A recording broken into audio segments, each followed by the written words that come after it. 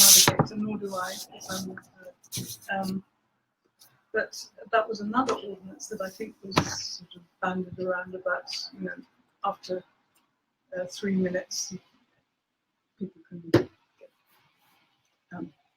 if their engine is running for a long idle. time. Yeah. So Yeah. So that's actually a good point. It's like, how do you enforce that, right? Well, I see a lot of people idling, and it's a good idea, but the traffic congestion is so bad that people are idling probably for way longer than 3 minutes. So, I don't mean to sound like I'm grassy. I just think that there are urgent things that need to be addressed, which aren't being addressed. Let's hear about it. Okay, well, traffic congestion is one, Okay. and as I cannot understand why office building keeps being put forward all the time. We haven't seen it in 2 years. A new project. Okay, well that's good. In Redwood City and Mountain View. Well, we don't control that, but in Palo Alto there hasn't been one in about 2 or 3 years. Okay, good. I mean, because I'm glad about that.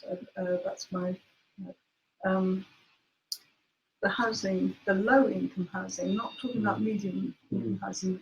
Really shocks me that we're living in an area. So in Barron Park, there are 4 houses. 2 of them were built, never been lived in. One was 2 years ago, one was 10 years ago. That's 2 big houses. Nobody's living there. So why did they build those houses then?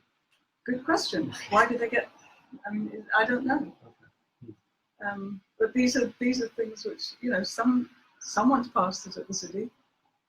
Well, it's private property, right? So I guess you can't dictate that to me. I'm just kind of surprised that you spend all this money and not use it.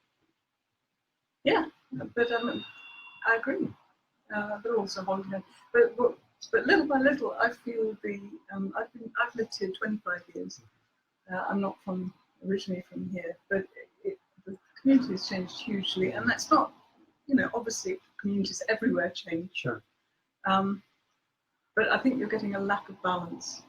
You've got people who are living in RVs, and you've got double basements in this neighbourhood, which used to be an ordinary community, and I feel more and more now it's becoming no man's land.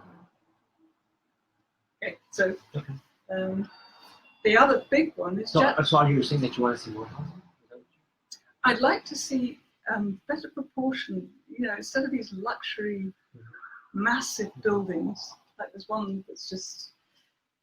I don't know if that's the remit of the city, but I think it should be looked at. It's the discrepancy. You've got real poverty, and then you've got real luxury, and it doesn't seem to be much in between. Well, a lot of this is private property, right? So it's. Yeah, but the city has to give approval. Not okay. So like do you own your property? Right? Yes, okay. I do. So if you wanted to bulldoze your house and build another house, you can do that within a certain parameter. Yeah. And you have that by right. Yeah. Right. I mean, I know. I mean, we can't stop you. If we try to stop you, you sue us and we win. Yeah. Okay. All right, but these are, I suppose, all right. So it's not the business of government. Well, I mean, you can imagine if you were a private property owner and you wanted to remodel your bathroom and we didn't let you, you'd be like. Okay, but all right. I'll be I'll try and be brief. In my neighbourhood, it's a cul-de-sac. We're very lucky. On the other side, people have raised, as you said, a small little house and built absolutely all to the minimum, absolute maximum limits that they can. It obtrudes on neighbours. It's a whole year, well over a year's worth of complete disruption. This is happening in different areas. Water is getting drained away. Anyways, am I monopolising the? No, but we have about 15 minutes, so please let's see. I think I understand this point. So that's one thing, and then the other is water. Where is all the water going to come from these big communities over the peninsula? I mean, we're living, that's a good in question. a drought area. I think we're having a drought this year too. Yes, so. I think we are. Yeah. But good question. So that's actually my key. Some people have been advocating that we give all our rights to East Paul. So I don't know how you feel about that. I just feel we need to be more conservative. You know, water is a scarce resource, especially in this part of the world, and it cannot be. So would you be in favor of the city giving its water rights to East Palo Alto? It depends how it's used. Well, you've seen all the new office buildings developed there, right? In East Palo Alto, East Palo Alto, yeah. Actually, I think it's a shame. I know they want to get the living. I think they need to get their education system sorted out. But so I guess that's something that I think will eventually come up. Is what do we do with our water rights? Yeah. Should we? Well, it's a big question. I mean, I don't know how the water is organised because it's channeled, isn't it? Well, it is, but the rights, right? Each city gets some amount of water. Yeah.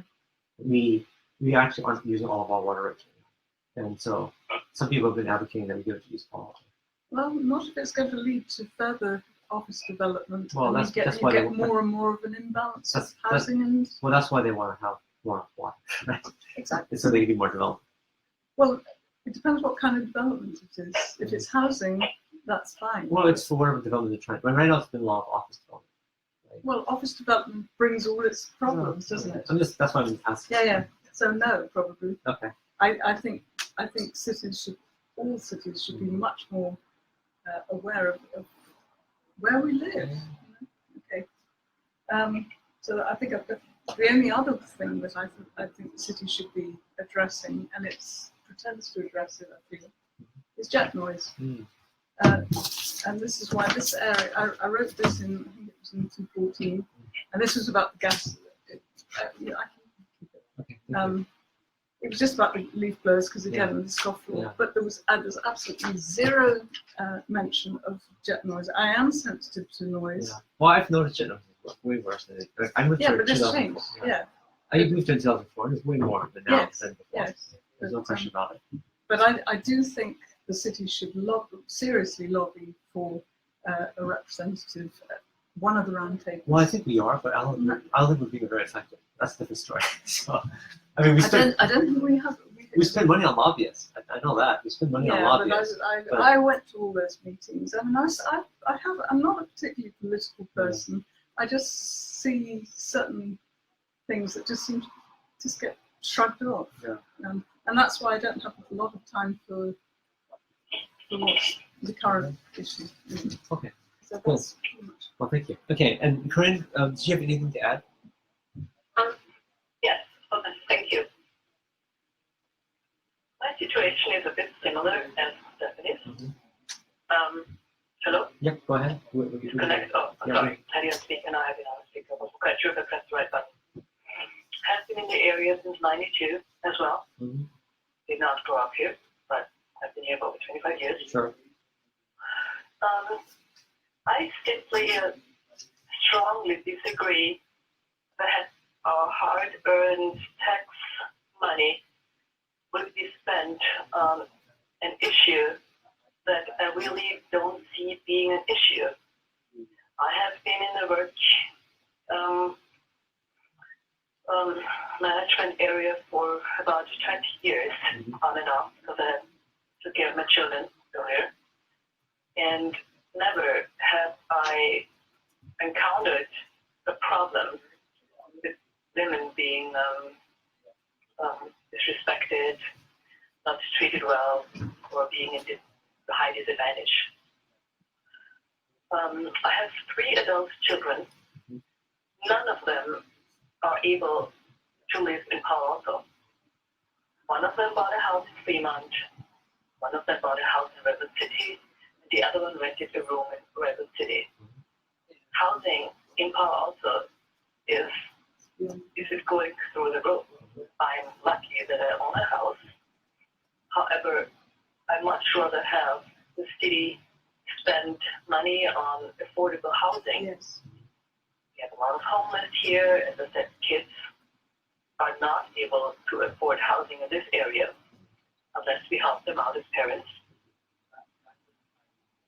And living in an RV is not an option for everyone. Also, as Stephanie mentioned, I totally second the huge issue with traffic congestion, which has, doubled, tripled. So I can't even tell the numbers since I've been living here how much it has worsened.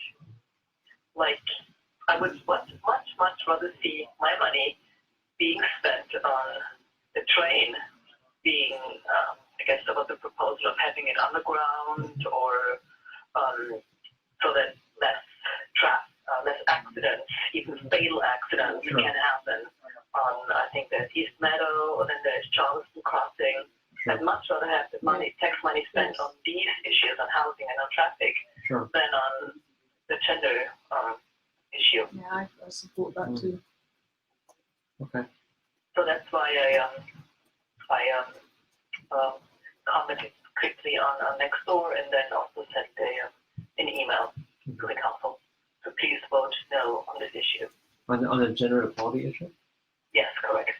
Okay. Would you rather see that money on like kind of infrastructure? Housing and traffic. These are my main, I think, way more important and crucial issues in this area than gender equality.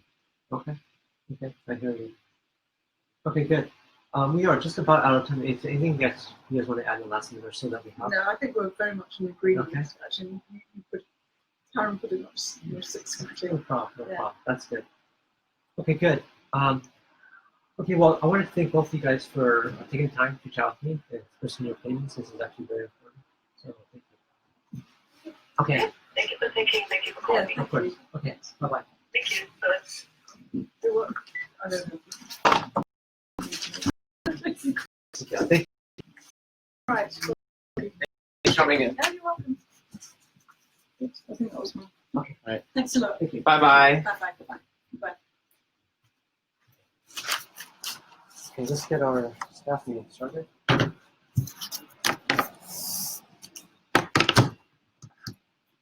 Ooh.